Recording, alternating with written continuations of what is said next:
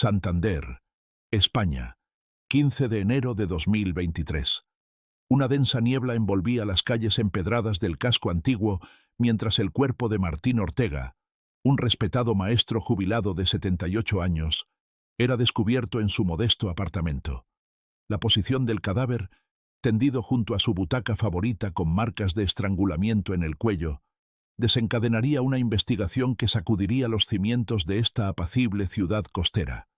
La inspectora Laura Moreno, del Cuerpo Nacional de Policía, observaba meticulosamente la escena mientras los técnicos forenses realizaban su trabajo. A sus 45 años, Moreno había investigado numerosos homicidios, pero algo en este caso le provocaba una inquietud particular. El frío persistente de aquel invierno santanderino parecía haberse instalado también en la habitación, a pesar de la calefacción que aún funcionaba. Las marcas en el cuello son muy específicas, señaló el doctor Miguel Sánchez, forense especializado en análisis de patrones de lesiones, mientras se quitaba los guantes de látex para tomar notas en su libreta. Observa la distribución de los hematomas. Sugieren un estrangulamiento realizado por alguien con una mano derecha inusualmente fuerte y dedos largos. La precisión de la presión aplicada indica conocimiento anatómico o experiencia previa. Mientras examinaban las pertenencias de la víctima, un joven agente encontró algo peculiar en el bolsillo de la chaqueta del señor Ortega, un sello postal antiguo, específicamente de la serie conmemorativa de 1975. El sello, aparentemente sin valor excepcional, mostraba el monasterio de San Francisco. Esto podría ser relevante, indicó Moreno, guardando cuidadosamente el sello en una bolsa de pruebas. Quiero que el laboratorio analice este sello inmediatamente, incluyendo huellas, residuos y cualquier otra evidencia forense. No subestimemos ningún detalle. Si tenemos noticias de más víctimas, suscríbete ahora a este canal y dale me gusta para que te lleguen todas las actualizaciones sobre este impactante caso. No te pierdas ningún detalle de esta historia que te mantendrá en vilo hasta el final. La preocupación de Moreno se confirmó apenas 3 días después, cuando Carmen Vidal, una bibliotecaria jubilada de 73 años, fue encontrada estrangulada en su hogar en circunstancias similares. Las marcas en su cuello presentaban el mismo patrón, y como en el caso anterior, un sello postal de la misma serie fue encontrado en su bolsillo. El pequeño apartamento de Carmen, lleno de libros cuidadosamente organizados, contrastaba con la violencia de la escena. Una taza de té, aún templada, sugería que el asesino había llegado poco después de que ella se acomodara para su ritual vespertino de lectura. «Tenemos un patrón», declaró Moreno a su equipo durante la reunión de emergencia esa misma tarde, mientras la lluvia golpeaba los cristales de la comisaría. «Necesito que investiguen a ambas víctimas. Quiero saber todo sobre ellas. Trabajo, familia, conexiones sociales, especialmente cualquier punto en común. No puede ser coincidencia que ambas hayan sido asesinadas con el mismo método y que ambas tuvieran el mismo tipo de sello postal». Los primeros resultados llegaron rápidamente. Las dos víctimas habían trabajado en instituciones educativas durante los años 70. Martín Ortega como profesor de matemáticas y Carmen Vidal como bibliotecaria. Ambos habían coincidido en el Hogar San Francisco, un orfanato que funcionó en Santander entre 1965 y 1985, actualmente un edificio abandonado en las afueras de la ciudad. Quiero los expedientes completos de ese orfanato y una lista de todos los que trabajaron allí, ordenó Moreno, estudiando el mapa de la ciudad donde había marcado las ubicaciones de los crímenes. Y poned vigilancia especial a cualquier antiguo empleado que siga vivo. Esto no parece un simple asesinato por robo o conflicto personal. Hay algo más profundo aquí. A pesar de estas precauciones, una semana después apareció una tercera víctima. Rafael Ibáñez, 85 años, antiguo administrador del Hogar San Francisco. Mismo método, mismo tipo de sello en el bolsillo. La noticia de esta conexión comenzó a filtrarse a los medios locales, provocando alarma en la comunidad, especialmente entre los residentes de mayor edad del casco antiguo. El doctor Sánchez, mientras tanto, avanzaba con el análisis de los sellos en su laboratorio, rodeado de equipos especializados. Trabajaba sin descanso, con el respaldo de 2 técnicos adicionales asignados específicamente al caso. Todos son originales de la época, Pero hay algo inusual en ellos, informó durante una de las reuniones diarias del equipo investigador. Hay sustancias que no deberían estar presentes en sellos de esa antigüedad. He detectado trazas de un adhesivo moderno aplicado sobre el original, y hay marcas microscópicas que podrían ser deliberadas. Necesitamos pruebas más específicas y equipo adicional. Durante la investigación de las víctimas, dos nombres comenzaron a destacar entre los potenciales sospechosos, ambos antiguos residentes del orfanato durante los años más problemáticos. El primero era Álvaro Domínguez, un hombre solitario de 41 años que había regresado a Santander 3 meses antes, poco después del primer asesinato. Domínguez trabajaba como obrero en los muelles, un empleo que explicaba su físico robusto y, particularmente, su desarrollada mano derecha. Los vecinos lo describían como reservado y mencionaban que a menudo se le veía en el casco antiguo, especialmente cerca de las residencias de las víctimas. Apenas habla con nadie, comentó su casera durante la entrevista policial. Sale temprano y regresa tarde. A veces lo he escuchado llorar por las noches, pero cuando le pregunto si necesita algo, siempre dice que está bien. El segundo sospechoso era Benito Fuentes, de 37 años, un empleado de correos conocido por su afición a la filatelia. Fuentes era miembro activo del Club Filatélico de Cantabria y, según varios testigos, había interactuado con todas las víctimas en los meses previos, supuestamente por interés en sellos antiguos que éstas pudieran poseer. Es muy amable, siempre sonriente, declaró el presidente del Club Filatélico. Tiene un conocimiento enciclopédico sobre sellos, especialmente los de la época franquista. Nunca habría sospechado de él para algo así. Quiero vigilancia sobre ambos, indicó Moreno a su equipo, estudiando las fotografías de ambos sospechosos pinchadas en el tablón de la sala de investigación. Y necesito verificación exhaustiva de sus coartadas para cada asesinato. No nos precipitemos con conclusiones. Ambos tienen conexiones con las víctimas y el orfanato, pero necesitamos evidencias sólidas. 4 días después, una cuarta víctima fue encontrada. Teresa Lacalle, 76 años, antigua cocinera del orfanato. El mismo método, el mismo tipo de sello. La presión sobre el equipo investigador aumentaba exponencialmente, con llamadas diarias del alcalde y cobertura constante en los medios locales y nacionales. El análisis preliminar de las coartadas reveló que Fuentes tenía aparentes respaldos para 2 de los 4 asesinatos. Grabaciones de cámaras de seguridad lo situaban en otros lugares en los momentos estimados de las muertes. Sin embargo, Moreno insistió en verificar cada detalle. Quiero que comprobéis minuto a minuto esas grabaciones, ordenó a los técnicos de imagen. Verificad que sea realmente él. Comparad tiempos exactos con los estimados para los asesinatos. Buscad cualquier inconsistencia en su vestimenta o comportamiento.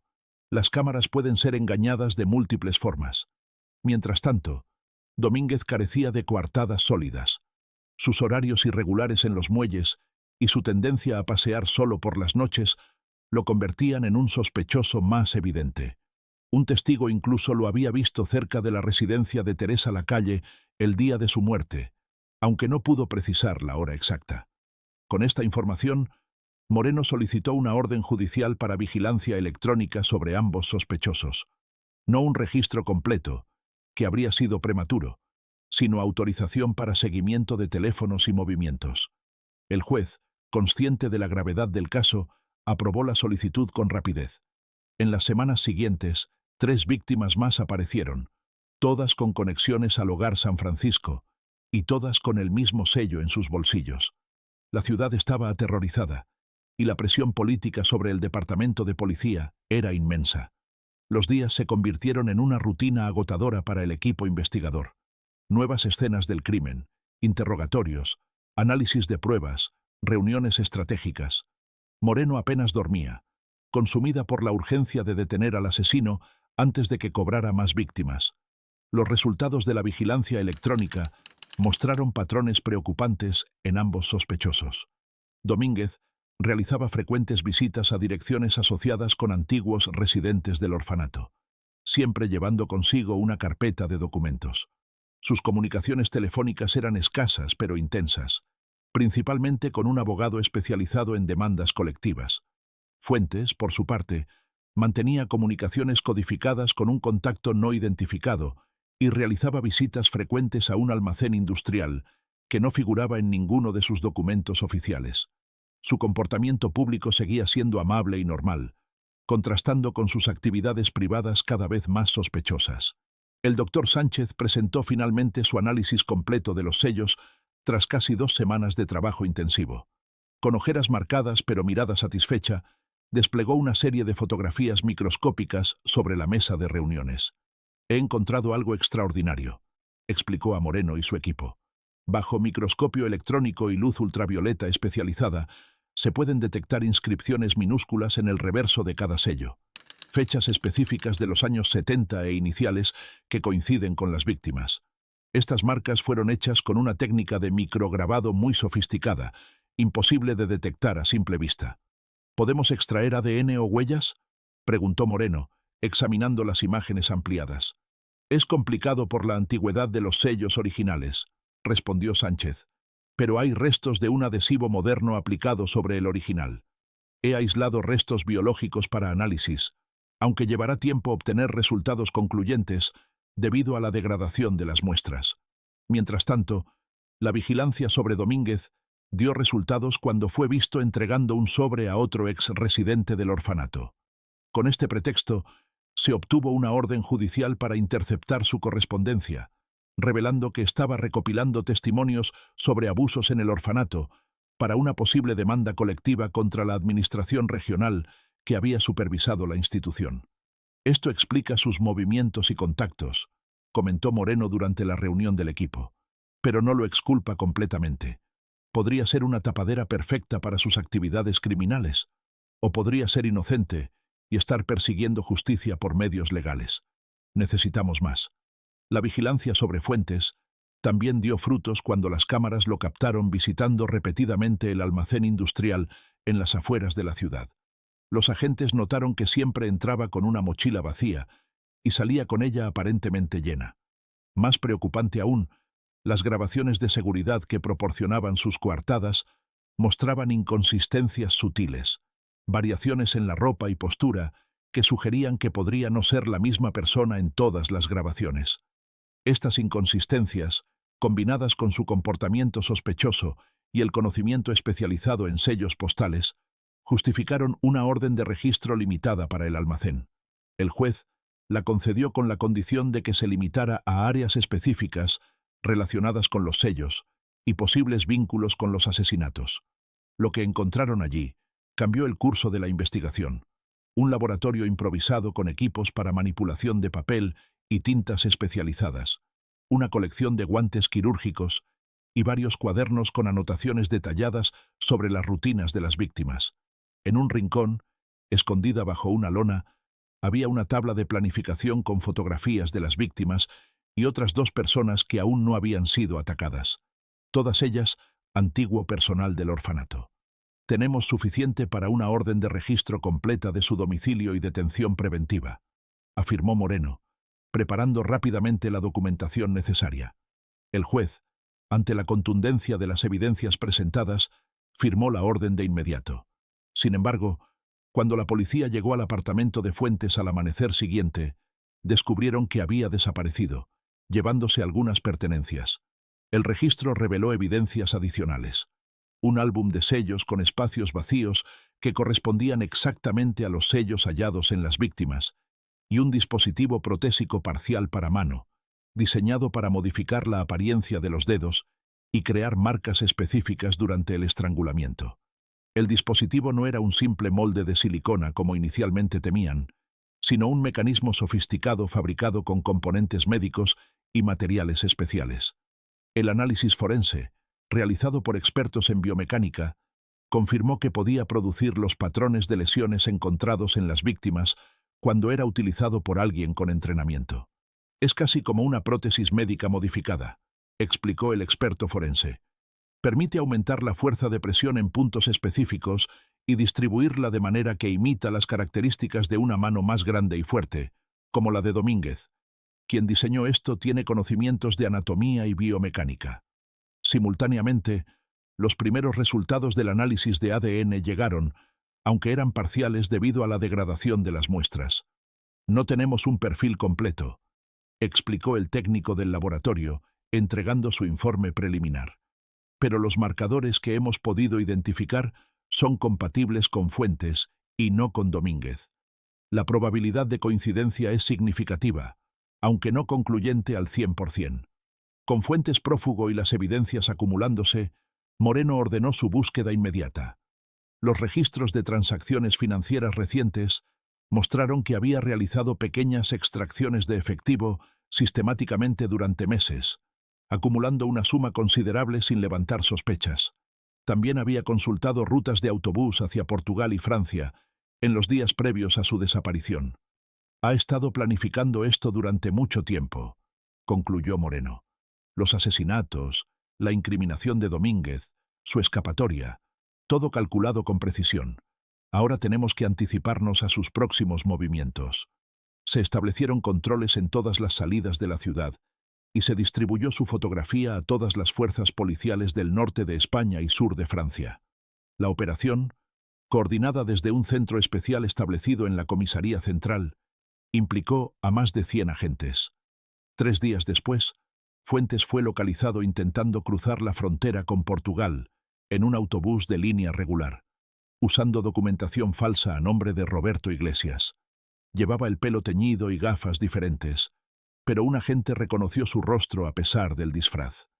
Durante su captura no opuso resistencia física, pero se negó a hacer declaraciones sin la presencia de un abogado.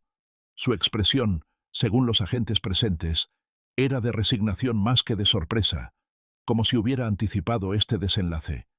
El interrogatorio formal, conducido con todas las garantías legales y en presencia de su defensor, fue inicialmente improductivo. Fuentes negaba las acusaciones y cuestionaba la validez de las pruebas, siguiendo la estrategia recomendada por su abogado defensor. Mi cliente niega categóricamente cualquier implicación en estos trágicos sucesos, declaró el letrado. Las evidencias circunstanciales presentadas podrían tener explicaciones alternativas, y el dispositivo encontrado forma parte de su trabajo en proyectos artísticos experimentales. Sin embargo, cuando se le presentaron las inscripciones microscópicas en los sellos, junto con las fechas específicas que coincidían con incidentes documentados en el orfanato, el comportamiento de Fuentes cambió visiblemente. Su rostro se tensó y su mirada se endureció, aunque se mantuvo en silencio por consejo de su abogado. En los días siguientes, mientras la investigación continuaba recopilando evidencias para el juicio, nuevos testimonios surgieron de antiguos residentes del Hogar San Francisco, motivados por la cobertura mediática del caso. Sus declaraciones detallaban un patrón sistemático de abusos físicos y psicológicos, particularmente dirigidos hacia niños considerados problemáticos, entre los que se encontraba Fuentes. Uno de los testimonios más impactantes provino de Carlos Méndez, quien compartió habitación con Fuentes durante 2 años. Benito era el que peor lo pasaba, recordó con voz quebrada. Lo castigaban por cualquier cosa, por hablar durante las comidas, por no terminar sus tareas a tiempo, por llorar de noche. A veces desaparecía durante días y volvía con moretones. Todos sabíamos lo que pasaba, pero nadie hacía nada.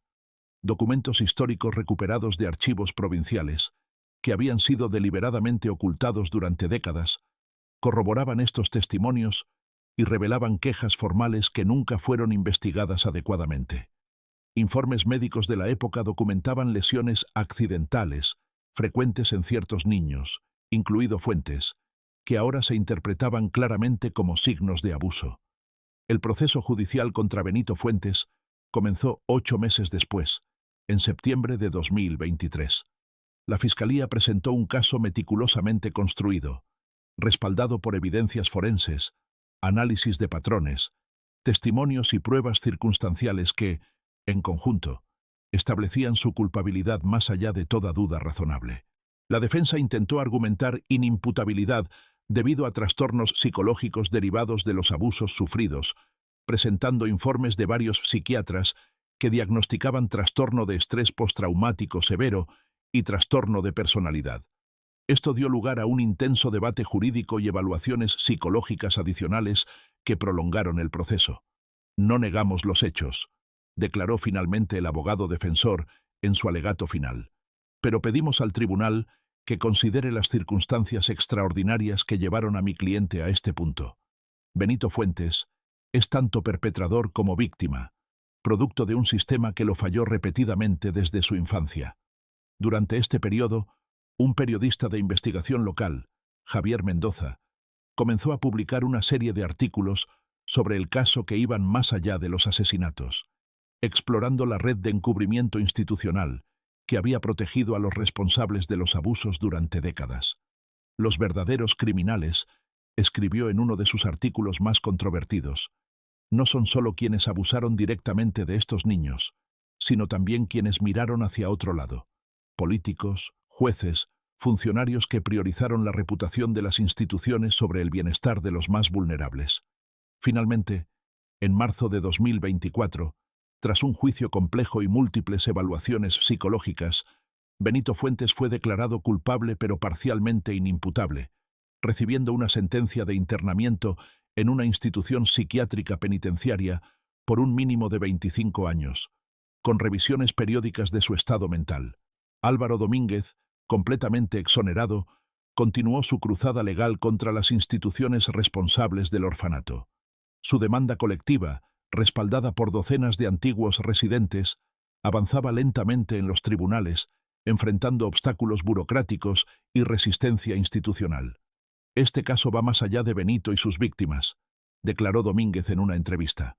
Es sobre un sistema entero que permitió que niños indefensos fueran maltratados y luego enterró la verdad. Seguiré luchando hasta que cada responsable rinda cuentas, sin importar cuánto tiempo tome. La inspectora Laura Moreno estableció una unidad especializada en crímenes históricos, enfocada particularmente en abusos institucionales. El doctor Miguel Sánchez publicó varios artículos científicos sobre las técnicas forenses desarrolladas durante la investigación, especialmente para la detección de microinscripciones y la extracción de ADN de materiales degradados. El antiguo edificio del Hogar San Francisco permanecía abandonado, un recordatorio físico de una historia no resuelta.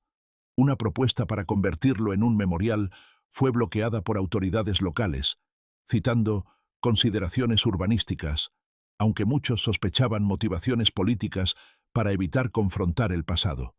Mientras tanto, otros ex-residentes del orfanato seguían en silencio, incapaces de hablar sobre sus experiencias incluso décadas después. María Durán, una de ellos, confesó al periodista Mendoza: «Cada vez que paso frente al edificio, siento que vuelvo a ser esa niña aterrorizada. Y lo peor es que algunos de los que nos hicieron daño siguen viviendo tranquilamente entre nosotros. Algunos incluso ocupan cargos importantes en la ciudad». La investigación periodística de Mendoza continuaba, descubriendo conexiones entre el antiguo personal del orfanato y figuras prominentes de la sociedad santanderina actual. Cada nuevo artículo generaba controversia y negaciones oficiales, pero también motivaba a más víctimas a romper su silencio. «Este caso no ha terminado», escribió Mendoza en su columna más reciente. «Los asesinatos de Fuentes son solo la superficie de una historia mucho más profunda y oscura. La verdadera pregunta es, ¿cuántos más guardan silencio? ¿Y por cuánto tiempo más podrán soportarlo? ¿Qué opinas sobre este caso? Comenta abajo mientras preparamos otro video que seguramente te va a interesar. En la pantalla final te dejamos un caso seleccionado especialmente para ti. No te lo pierdas.